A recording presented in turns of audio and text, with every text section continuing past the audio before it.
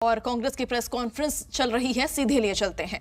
शराब नीति के खिलाफ यदि किसी ने जन आंदोलन किया, किसी ने आवाज उठाई और किसी ने इस भ्रष्टाचार को उजागर किया तो कांग्रेस पार्टी और कांग्रेस के कार्यकर्ता थे। और वो आम जनमानस और वो महिला शक्ति थी जो इसका लगातार विरोध कर रही थी, क्योंकि इस शहर को शराब माफियाओं को बेचा गया था। इस शहर की जो पहचान शीला जी ने खूबसूरत शहर की बनाई थी, उस शहर की जो पहचान है वो देश के नशे की राजधानी के रूप में बनने लगी। और ये इससे बड़ा प्रमाण नहीं हो सकता है। ये हरदीप पुरी साहब के साथ वो एक डेलीगेशन है हमारा जो जाकर के मिला था, और ये डेलीगेशन में मेरे साथ कांग्रेस के वरिष्ठ नेताओं के साथ साथ हमारे पूर्व अध्यक्ष श्री सुभाष चोपड़ा जी भी इसमें उपस्थित रहे।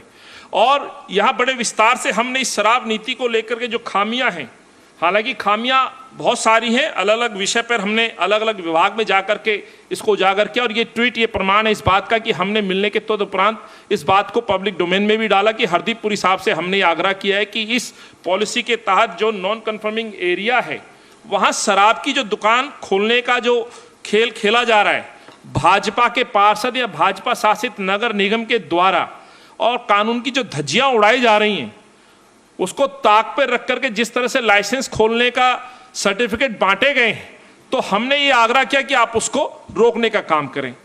बजाय रोकने के दिल्ली शहर के अंदर शराब की दुकानें खुलती रही, भाजपा के लोग मौन बने रहे, लेकिन ये लड़ाई हम सड़क से लेकर के विभागों तक लड़ते रहे।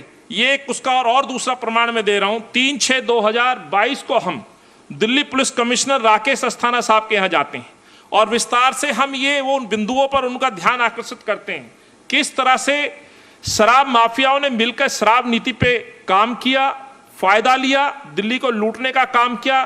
क्या क्या बिंदु थे? कार्टेल था जो एक समूह बना करके दिल्ली की शराब की दुकानें ली गई। ये वो कॉपी है जिसके बिहाफ पर आज ईओडब्ल्यू जांच कर रहा है। ये दूसरा प्रमाण।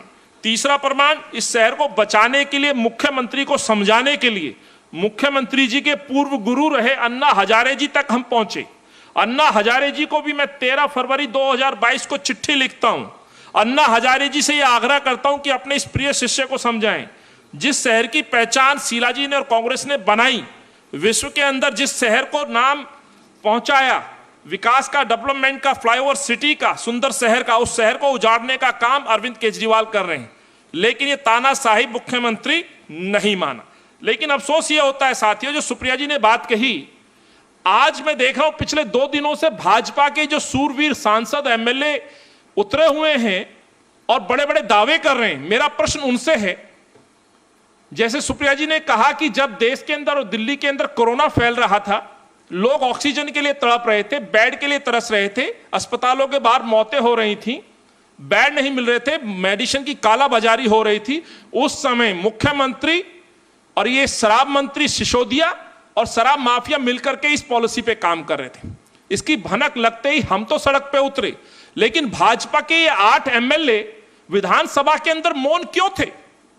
भाजपा के 7 सांसद, आज मनोज तिवारी जी को देख रहा हूं, परवेश वर्मा जी को मैं देख रहा हूं, हर्षवर्धन जी को मैं देख रहा हूं, रमेश विधुड़ी जी को मैं देख रहा हूं, और तो और हिमाचल से आए हुए अनुराग ठाकुर को मैं देख रहा हूं, बड़ी बड़ी बातें कर रहे हैं। लेकिन ना तो 7 सांसदों ने, ना 8 एमएलए ने, 3 मेयर, 150 से ज्यादा इनके निगम पार्षद, किसी एक व्यक्ति ने इस सरकार के खिलाफ 4 शब्द की शिकायत तक नहीं की। क्यों नहीं की? इन प्रश्नों का जवाब भाजपा को देना चाहिए। शायद भाजपा इन प्रश्नों के जवाब ना दे, क्योंकि जब खुद ये लोग इसमें सम्मिलित हों तो जवाब किस बात का दे सकते हैं? क्योंकि इस साजिशकर्ता में भाजपा के इनके नेता भी मिले हुए हैं, भाजपा की पार्टी खुद मिली हुई है। कैसे मिली हुई है? उस साजिश का पर्दाफाश मैं कर रहा हूं साथियों, क्योंकि इसमें बहुत बड़ा फायदा भाजपा के कार्यालय को भी मिला है। और ये वो पत्र है जो मैं दिखा रहा हूं भारतीय जनता पार्टी का। ये भारतीय जनता पार्टी के द्वारा चीफ इलेक्शन कमिश्नर को रिपोर्ट जो सबमिट होती है, donation list of BJP above 20,000 for a year ending 1/4/2020 से 31/3/2021 तक का, ये मेरा ये लेटर नहीं है, ये बीजेपी कार्यालय का है। इसमें आप देखेंगे इस भाजपा को लगातार एक कंपनी चंदा देती है। इस कंपनी का नाम मैं पढ़ रहा हूं, ये कंपनी है सोम डिस्टिलरी प्राइवेट लिमिटेड, सोम डिस्टिलरी प्राइवेट लिमिटेड। ये सोम ग्रुप की कंपनी है। इसको चंदा दिया जाता है एक बार 1 करोड़ रुपए का, 25/8 को, फिर 30/10/2020 को फिर 50 लाख रुपए दिए जाते हैं, फिर 21/12/2020 को फिर 50 लाख रुपए दिए जाते हैं। और इस तरह से इस कंपनी के द्वारा भाजपा को एक मोटी रकम चंदे के रूप में दी जाती है। और ये जो सोम ग्रुप है, ये मध्य प्रदेश का ब्लैक लिस्टेड ग्रुप है। इस ग्रुप की जो कंपनी है, सोम ग्रुप मध्य प्रदेश की जो ब्लैक लिस्टेड कंपनी, जो मैंने आपको कहा, इसी सोम ग्रुप की सेल company Raisen limited company, Raisen